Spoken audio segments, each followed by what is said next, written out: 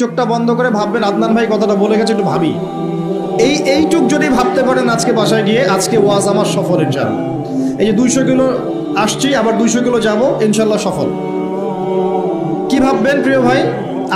আমিও কিন্তু তরুণ, আমি কিন্তু বুড়া হয়ে যাই নাই। বুড়া হয়ে গেছে এখনো? আচ্ছা, আপনিও তরুণরা একটু ভাবি, চোখ বন্ধ করে ভাববেন যে আল্লাহ পাক আপনাকে সৃষ্টি করেছিলেন আল্লাহর ইবাদত করার জন্য। সূরা জারিয়াত 56 নম্বর আয়াত, ওয়া মা খালাকতুল জিন্না ওয়াল ইনসা ইল্লা লিয়াবুদুন। 1 2 আল্লাহ পাক আপনাকে সৃষ্টি করেছিলেন যাতে করে আল্লাহর দ্বীনটাকে আপনি আল্লাহর জমিনে প্রচার করেন, প্রসার করেন, প্রতিষ্ঠা লাভ করেন। এই দুইটা আপনার কাজ ছিল। এখন আপনার বয়স হয়ে গেছে 30 বা 25, ধরে নেন যে আপনার হায়াত 60 বছর। তার মানে আপনার জীবনে বাকি আছে এখন 30 বছর। এই যে 30 বছর আপনি নষ্ট করেছেন বা চলে গেছে, চোখ বন্ধ করে চিন্তা করবেন এই 30 বছরে কত ওয়াক্ত নামাজ পড়েছেন, কতদিন রোজা রেখেছেন, এই 30 বছরে 30টা আয়াত আপনি পড়েছেন কিনা, এই 30 বছরে 30টা সূরা আপনি শিখেছেন কিনা, 30 বছরে আপনি 30টা ইসলামিক বই পড়েছেন কিনা, আপনি নবীর 30টা হাদিস পড়েছেন কিনা, 30 দিন জামাতের সাথে নামাজ পড়েছেন কিনা, 30 দিন দিনের দাওয়াত দিয়েছেন কিনা, 30টা দিন দান সদকা করেছেন কিনা। আমি খুব বেসিক কথা বলছি, আমি বলিনি আপনি 30 দিন 30টা যুদ্ধ করেছেন কিনা, এই কথা বলিনি। আমি আপনাকে বেসিক কথা বলছি, একদম বেসিক প্রাইমারি কথা। আপনি 30 দিন নামাজ পড়েছেন কিনা, 30টা রোজা ঠিক মতো রাখছেন কিনা, আপনি কি 30 বার মেয়েকে দেখে চোখ নামাতে পেরেছেন কিনা, আপনি কি 30টা সূরা শিখেছেন কিনা, 30 বার আপনি কি রাসূলের জীবনী পড়েছেন কিনা, তার হাদিস পড়েছেন কিনা, আপনি কি নবী সাল্লাল্লাহু আলাইহি ওয়াসাল্লামের স্ত্রীদের নাম জানেন কিনা, তার জীবনী জানেন কিনা, আকীদা কি জিনিস আপনি জানেন কিনা, 30টা মাসলা মাসাইল আপনি বোঝেন কিনা। আপনি চিন্তা করবেন, এই একটা চিন্তা আপনার জীবনটাকে বদলে ফেলবে ইনশাআল্লাহ।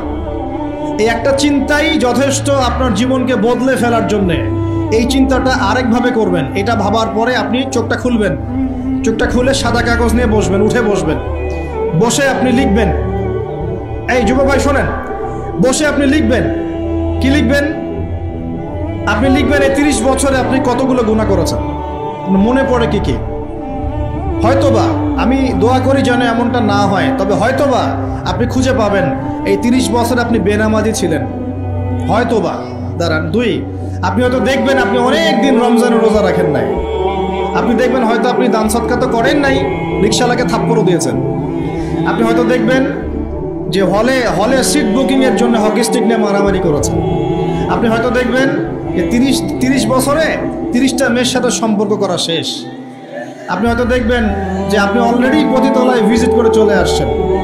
আপনি 30 দিন, এই 30 বছরে 30 বার কমপক্ষে এই মাদকের আসরে বসেছিলেন, এবং 30 বছরের বহু সময় আপনি অনলাইনে নষ্ট করেছেন, পর্নোগ্রাফি দেখে নষ্ট করেছেন, গোপনে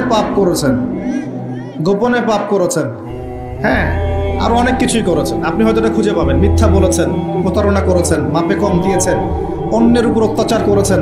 আপনি আপনার যৌবনকে কাজে লাগিয়ে, এই শক্তিটাকে কাজে লাগিয়ে আপনি ইসলামের বিরুদ্ধাচরণ করেছেন, হয়তো এটাও পাবেন।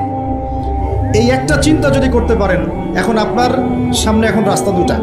আপনার বাকি বয়স আছে এখন 30 বছর, বলে আসলে সময়ের কসম, আপনার সময়, আপনার জীবনের সময়টাকে মূল্যায়ন করতে হবে। সময়ের কসম, হয় যদি আমার 30 বছর বাকি থাকে, এখন এই বাকি যে আছে কি না আমিও জানি না, কেউ জানে? অনিশ্চিত পরীক্ষার হল, কেউ জানে না খাতা কখন কেড়ে নেওয়া হবে। আর এটা কারাগারের জীবন, মানে কারাগারে বসে কেউ নিজের মন গড়া পদ্ধতিতে চলতে পারে না, যেরকম রুটিন সেরকম চলতে হয়। কারাগারের জীবনে বসেই আপনি সুদ খাচ্ছেন, কারাগারে বসেই ঘুষ খাচ্ছেন, কারাগারে বসেই জেনা করছেন, কারাগারে বসেই বেনামাজি থাকছেন, কারাগারে বসেই হোয়াটসঅ্যাপে মেসেঞ্জারে মেয়েদের সাথে প্রেম করছেন, কারাগারে বসে। এটা কারাগারের জীবন। কারাগারের জীবন যদি বাকি থাকে আর 20-30 বছর, আপনার সামনে এখন রাস্তা 3টা। 1, আপনি কি গতানুগতিক যেভাবে চলেছেন সেভাবেই শেষ করবেন জীবনটা? যদি শেষ করে দেন, তাহলে পৃথিবীর ইতিহাস থেকে আপনার নাম একদিন মুছে যাবে।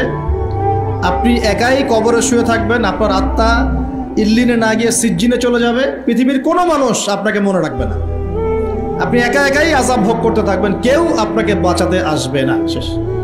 এবং এই আযাব একবার শুরু হলে কোনোদিনও শেষ হবে না, কোনোদিনও না। কবরেও, হাসরেও, বারজাখেও এবং আপনার জাহান্নামেও। এটা একটা অপশন। 2 নম্বর অপশন, আপনি নিজেকে সংশোধন করলেন, সংশোধন করে গতানুগতিক মুসলিম হলেন। গতানুগতিক মুসলিম কেমন?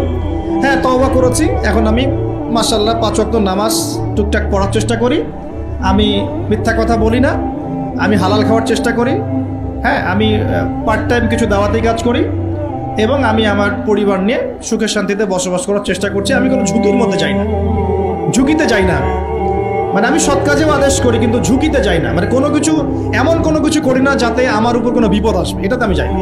এটা গতানুগতিক মুসলিম চলছে। আর একটা হচ্ছে সমাজ পরিবর্তনকারী মুসলিম। এরা কেমন? এরা নিজেরা তো জ্ঞান অর্জন করেই এবং জ্ঞান অনুযায়ী আমলও করে, তারা সৎ কাজে আদেশও করে, একই সাথে অসৎ কাজে নিষেধও করে, সত্যটাকে নির্ভীকতার সাথে, সাহসিকতার সাথে, হিকমার সাথে সবার সামনে উপস্থাপন করে, আল্লাহর কাছে দোয়া করে এবং সমাজটাকে পরিবর্তন করে ফেলার চেষ্টা করে। এরা হচ্ছে আহসান, সবচেয়ে উত্তম শ্রেণী। কিভাবে বললাম উত্তম শ্রেণী? নবীজি বলছেন তোমাদের সামনে একটা জামানা আসবে, এটাও শেষ জামানা হাদিস। তোমাদের সামনে একটা জামানা আসবে, জামানা সবরিন, কঠিন সবরের জামানা, ঈমান ধরে রাখা হাতে জ্বলন্ত আগুন ধরে রাখার মতো হবে।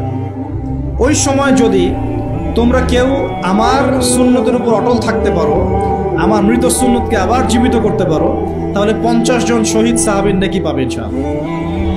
এরা সমাজ পরিবর্তনকারী মানুষ। আর ইতিহাসে যারা সমাজ পরিবর্তনকারী মানুষ, তাদের জীবনে পরতে পরতে বিপদ আপদ বলা মুসিবত আসবেই। আমার ছোট্ট গবেষণায় 4টা ক্ষেত্র থেকে আসতে পারে যখন আপনি হকের উপর থাকবেন। 1 নাম্বার, প্রথম বাধা চলে আসবে পরিবার থেকে। কোত্থেকে? পরিবার। আপনি গতানুগতিক মুসলিম হলে আপনি সব জায়গায় পার পেয়ে যাবেন, কিন্তু যদি একটু কঠোরতা প্রয়োগ করেন যে আমি একদম কোরআন সুন্নাহ 100% ফলো করতে চাই, আমি এমন না যে নামাজও পড়ি শুধু খাবো, এমন হব না। আমি নামাজও পড়বো, শুধু খাবো না, আমি রোজাও রাখবো, আমি যাকাতও দিব, আমি হজ উমরাও করবো, আল্লাহর বিধানের প্রতি শ্রদ্ধাশীলও থাকবো, চেষ্টা করবো ইসলামটা প্রসার করার প্রতিষ্ঠার চেষ্টা করবো। তখন আপনার প্রথম বাধা আসবে পরিবার থেকে। দাড়ি রাখছো কেন? দাড়ি রাখলে তোমাকে এরকম লাগে, হ্যাঁ, তুমি টাকটির উপরে কাপড় কেন পরলে তোমাকে অমন লাগে, আগে তো গিটার বাজাইতা, আগে তো গান গাইতা, আগে মেয়ে নিয়ে থাকতা, ভালো ছিল, এখন কেন সারাদিন বই নিয়ে পড়ে থাকো, ইসলামিক বই নিয়ে পড়ে থাকো, নামাজ নিয়ে পড়ে থাকো? হ্যাঁ, কি পরিবর্তন হলো! বাবা মার টেনশন, এখন পিতামাতার টেনশন। কেউ এরকম অ্যাডভার্টাইজ বানিয়ে টিভিতে দেখাচ্ছে, এগুলা দেখেন নাই? আগে ছেলে ভালো ছিল, হঠাৎ করে কি পরিবর্তন হয়ে গেল! হ্যাঁ, সুবহানাল্লাহ। আল্লাহর পথে ফিরে আসা মানুষের ক্রাইটেরিয়া এগুলো মেনশন করে করে বলছে, এগুলো দেখা গেলে যোগাযোগ করবেন স্থানীয় কর্তৃপক্ষের সাথে, ওই ছেলের মধ্যে সমস্যা আছে। আস্তাগফিরুল্লাহ, আস্তাগফিরুল্লাহ। একজন ব্যক্তি গিটার বাজাতো, গান গাইতো, মাদকের সাথে ছিল, মেয়ে নিয়ে ফুর্তি করত, সেখান থেকে এসেছে নামাজ পড়ছে, এই জন্য কি সে জঙ্গি হয়ে যাবে? এখন সে মাশাআল্লাহ কোরআন তেলাওয়াত করছে, কোরআন বোঝার চেষ্টা করছে, আলেম ওলামার কাছে গিয়ে পরামর্শ করছে, হাদিস পড়ছে, এই জন্য কি সে জঙ্গি হয়ে গেছে? পশ্চিমারা যা গিলায় আমরা তাই গিলি, পশ্চিমারা যা গিলায় আমরা তাই গিলবো কেন? ওদের কাছে কিসের জ্ঞান আছে?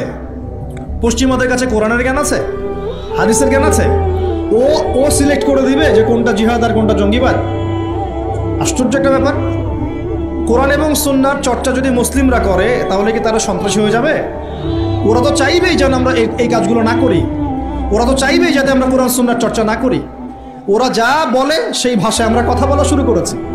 ওরা বলছে, একটু পরে আমি বুঝাচ্ছি আপনাদেরকে, ওরা বলেছে যে জ্ঞান সেটাই, ভালো করে বোঝেন, জ্ঞান সেটাই যেটা পরীক্ষা নিরীক্ষা, যুক্তি বিজ্ঞান, দর্শন দিয়ে লাভ করা যায়। আর আমরা বলছি আল্লাহর ওহী হচ্ছে চূড়ান্ত জ্ঞান। আল্লাহর ওহী কি?